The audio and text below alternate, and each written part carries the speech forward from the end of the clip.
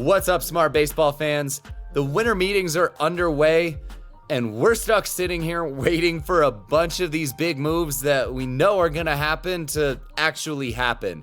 So today, let's talk about a guy who is trying to put his name up in that top tier of guys by having his breakout season this year in 2022, and that is Andrés Gimenez. Gimenez burst onto the scene this season, earning his first All-Star nod and helping the Guardians win the division and make the playoffs when a lot of people, including myself, thought that the Guardians weren't actually really even going for it this year. So we're going to take a deep dive into Gimenez's 2022 season, his career so far, minor leagues, anything that we can get our hands on to try to get a full scope of who he is as a ball player. But before we do that, welcome to Smartr Baseball, where we not only talk about what's going on in Major League Baseball, but how and why, so that we can become even smarter baseball fans.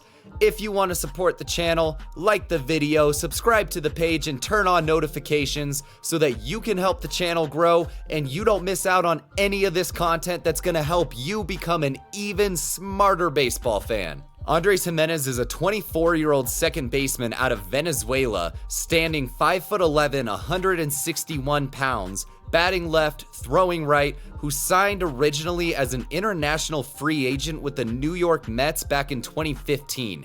At his peak, he was ranked the 58th prospect in baseball in 2019 and debuted on July 24th, 2020 with the New York Mets. Looking at his progression through the minor leagues, now, obviously your numbers are going to kind of regress as you get higher and higher and face better competition, but his walk rate wasn't really that great to begin with by the time he was at A-ball, and only continued to get worse down to about 5% when he was in Double and Triple A, and his walk rate went from being pretty good at 15.3 in A-ball all the way up to into the low 20s by the time he was at Double and Triple A, which is right around MLB league average. Now, Gimenez was never really looked at as much of a power threat, so it's a good sign that despite the fact that his approach seemed to either kind of get exposed or regress throughout his time in the minor leagues, he still maintained a pretty good ability to just make contact with the ball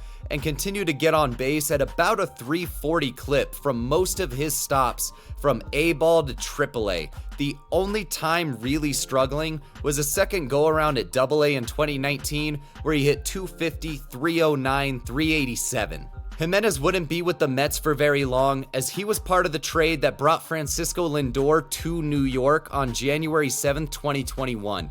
And since his debut, he's put up 2+ years of service time, still being in pre-arbitration. Now, the minor leagues help us get kind of an idea of what type of a player is, and we can try to project that into the major leagues. So let's see how he's done in these 3 seasons versus how he projected coming out of the minors. So far, Gimenez has played in 263 games, having 899 plate appearances, and holds a career slash line of 274, 345, 429 for a 774 OPS and a 119 OPS plus. His high average is backed up by a 330 batting average on balls in play, which is about 40 points higher than MLB average this season. His ISO of .156 and home run percentage of 2.8 sit right around league average, but his homers per fly ball are a noticeable tick above. Despite this though, his exit velocity is about 2.5 miles an hour lower, and his hard hit percentage is about 4% lower. So all of this is kind of a mixed bag of like, there's some power in there, but he doesn't bring it out very consistently. This is due to the fact that despite Gimenez being a pull hitter, he actually keeps the ball out of the air noticeably below league average. And when we talk about his approach, his strikeout percentage maintains right about league average, but his walk rate is noticeably lower.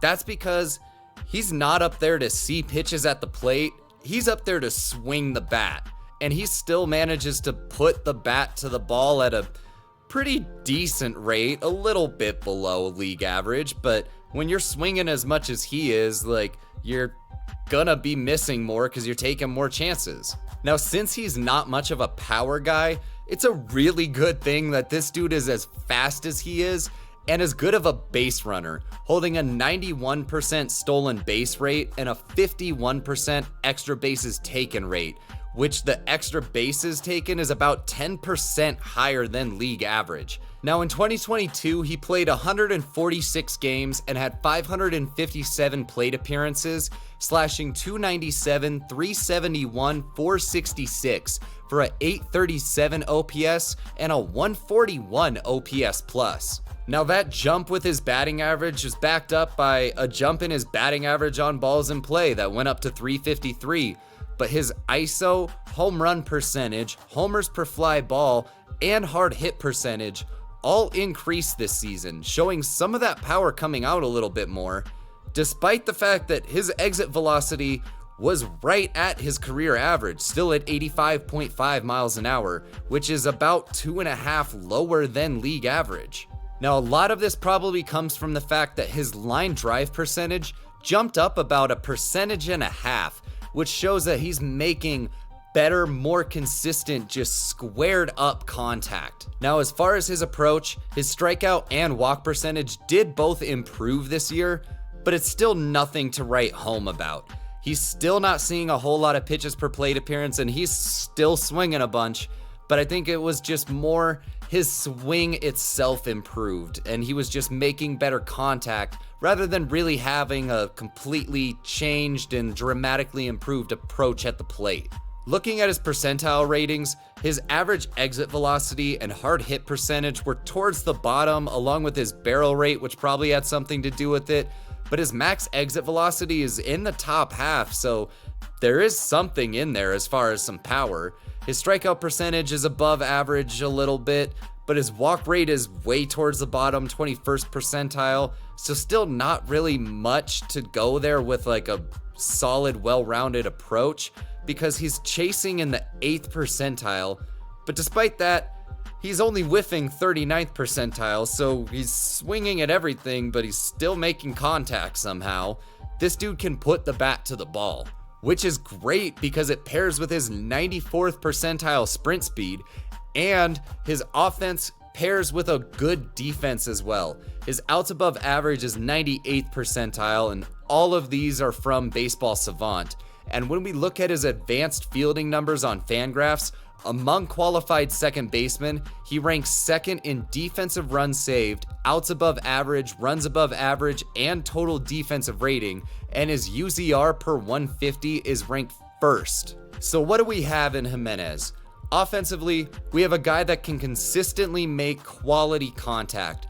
There's some power in there, but it's not going to consistently show itself. His approach, he's going to be more of a free swinger. This is going to help him limit strikeouts, but it also cuts into how much he's going to walk. And when he puts the ball in play, we see a pull hitter that's going to utilize that contact ability by keeping the ball out of the air.